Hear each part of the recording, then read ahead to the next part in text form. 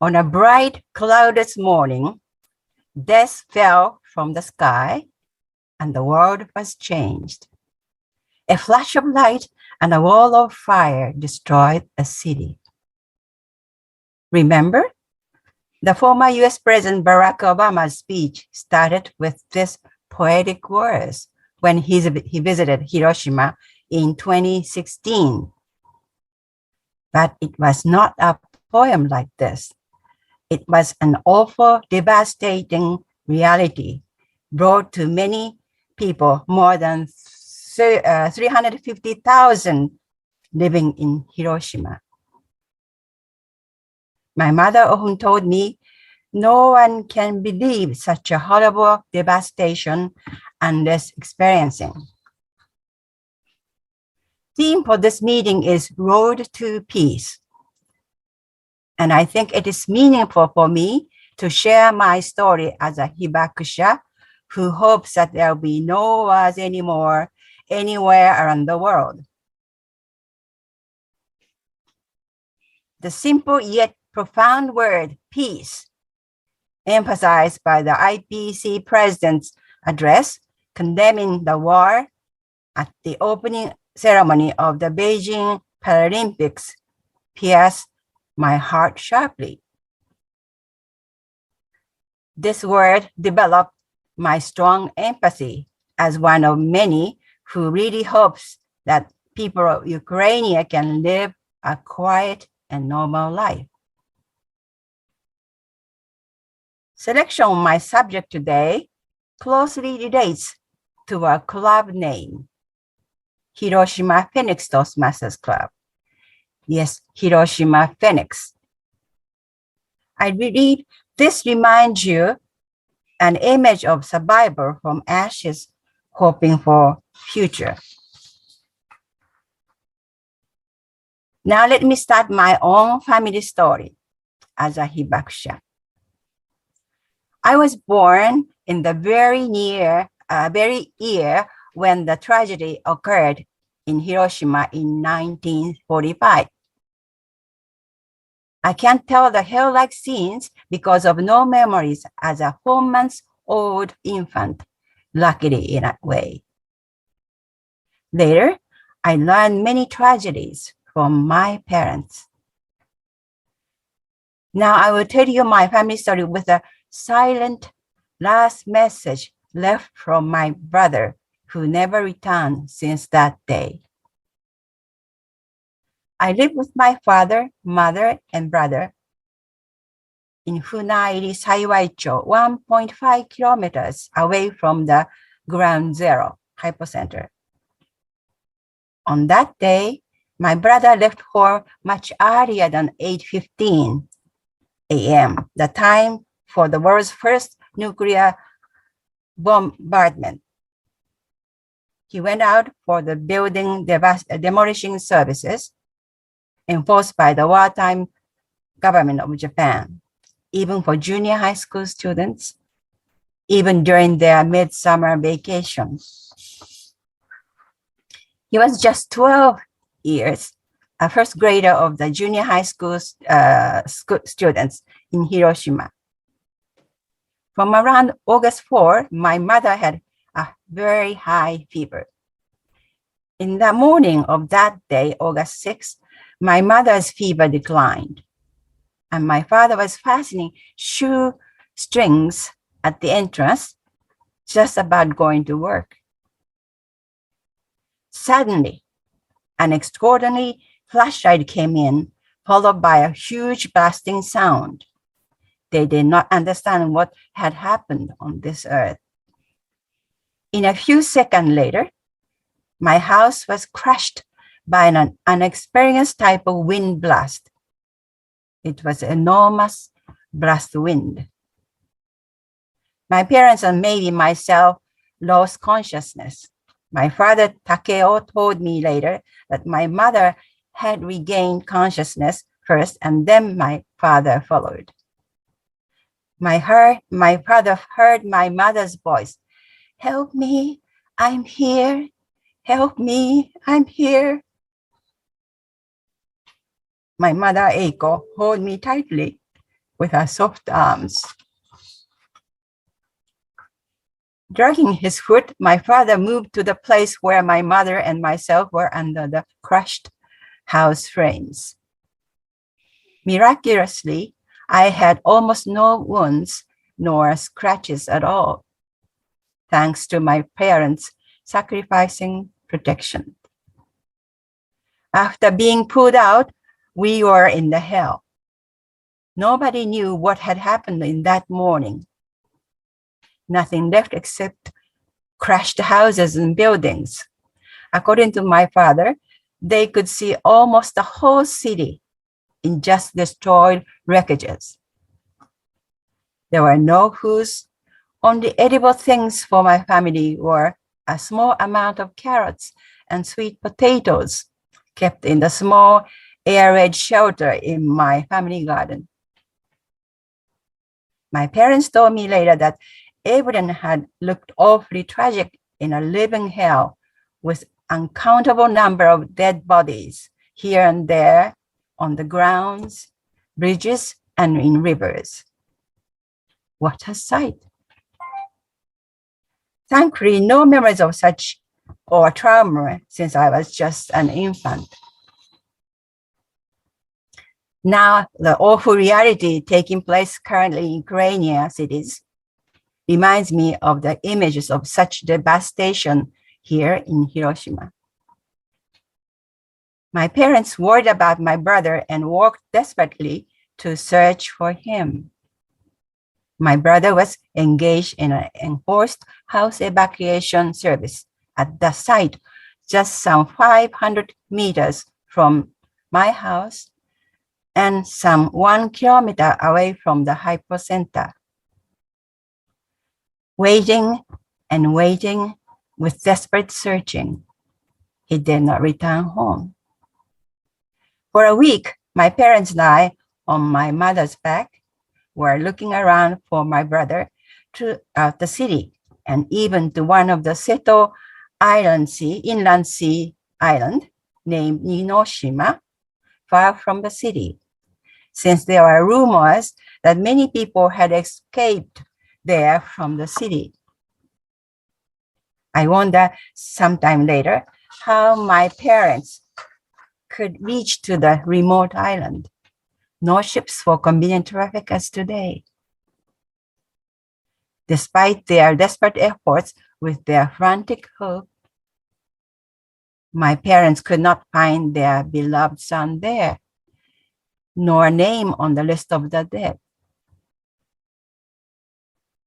My parents were terribly exhausted and emaciated without food and water in a midsummer hell-like circumstance. The desire to survive seemed only derived from hope for their beloved, for their son alive, though uncertain, died or still somewhere. Almost a week later, from the devilish blast, my parents returned to the place where schoolboys were involved in house evacuation works. An incredible miracle awaited there.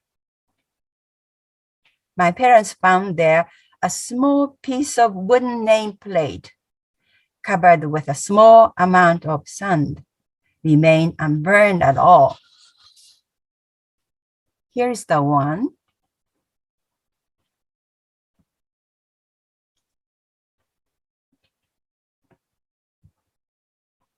It says, Hiroshi Araki, my brother's name.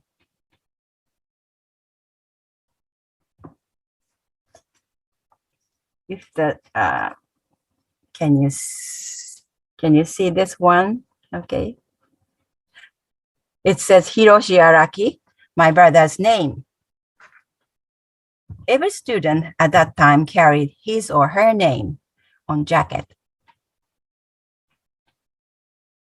My parents understood this nameplate left with a painful agony as a farewell last message from their son. I am here and leaving soon from this earth. Goodbye, my papa, and goodbye, mom. I love you. This wooden name is the only remain of my brother left to my family. Since then, this has always been offered at the Buddhist altar in our family. I keep it with the same care as my parents have done. In place of his remains, my brother's grave keeps as his remain his hair that my father had cut and buried after giving my brother a haircut in the backyard before the tragic day. There is nothing else. All disappeared in the blast. He was very smart, hoping for becoming a medical doctor in the future. After a week of desperate search for their son, my parents and I left the city and stayed at my uncle's house for several months. My uncle was a dentist, and we had some medical cares at his home. Also, the area was in a countryside, and foods were relatively rich enough for us to recover. Now let me tell you why I have decided to tell my family story publicly. Thinking it may be once in a lifetime, I made a decision to do so 3 years ago on August 6th for some 300 on-site gathering of journalists coming to Hiroshima around the world. Until then, I had no intention of telling my story to anyone. This may have had something to do with the trauma of atomic bombing, which was consequently etched into my brain by the facts my parents told me. Now I am at twilight of my life, with the rest of my life becoming shorter. The wooden nameplate that my brother left tells me that I must speak out now. Fumiko, you are the only survivor in the Araki family now, and this is the time for you to share this family story with someone else. It is the right time to do so. Besides, I do remember the words by Barack Obama, quote, "Someday the voices of the Hibakusha will no longer be with us to bear witness," unquote. This message is also behind my decision. And now I am here. I felt even as a child that revealing the fact that I am a Hibakusha would not be a good thing, maybe something that would lead to somewhat discrimination. I have not experienced a sort of serious discrimination as reported in media or other documents. And yet, I encountered the situation, though not so serious, but felt depressed very badly. Around the middle of 20s, I had an omiai arrangement, an ordinary practice in Japan for introducing a prospective marriage partner. The man arranged was a Tokyo University graduated elite engineer in Tokyo. I was shocked when he asked me straightforwardly at the first meeting, since he knew that I was born in Hiroshima. "Are you a Hibakusha? Are you not suffering from some radiation-affected diseases?" His such a straightforward question badly depressed my sentiment. I questioned myself, is it his main point of interest? It sounded very rude for a person meeting first time. This uncountable memory with thoughtless, somewhat discriminative message left in my sensitive young heart as a thorn. Time goes, I am now become tough with various life experiences. I am now suffering from hypothyroidism, 甲状腺機能低下症. Every year, I have been taking medical checks for possible cancers or other organs as well. So far, thankfully, there are no signs of cancers or leukemia. Now let me touch upon my small phoenix story. My mother told me when I started a piano lesson at the age of 8, you will face various challenges in life. Music will help you relieve your mental distress. Words have been always within me, like a whispering words from Phoenix. After several years after, I stopped the piano practice.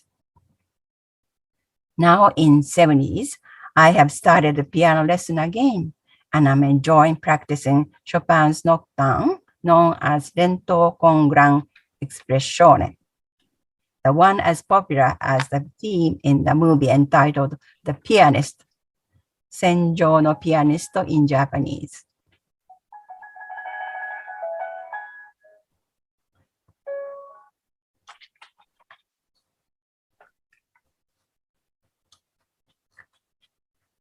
It's a beautiful melody. Recently, I watched a documentary on Dr. Jill Taylor about her own experience of stroke and how she recovered from it. A brain scientist's personal journey. I immediately ordered her book entitled My Stroke of Insight. I am very impressed with her words. Quote, I am not a survivor. I am not a victim. I am a survivor. Unquote. I admire her positive attitude for life. Then I would like to call myself a Hibakusha, not as a victim, but as a survivor from ashes like Phoenix. Now I am determining myself to enjoy my life positively as long as I live. Now I feel something being connected with this club naming, Hiroshima Phoenix Toastmasters Club. I wish this club will be thriving in a vigorous leap. On the coming midsummer evening on August 6th, I earnestly hope a paper floating lantern ceremony will be held as usual, as before, to console the spirits of the deceased. On the paper lantern, I will write names of my parents, brother, and grandparents who are now all in heaven.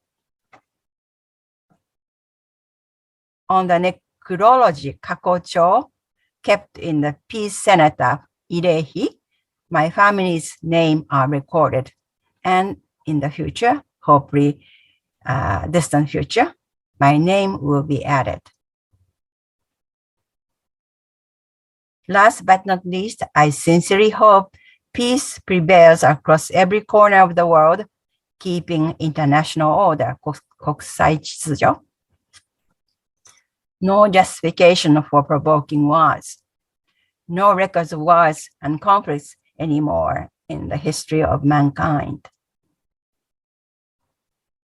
I believe everyone around the world will be happier when walking on road to peace.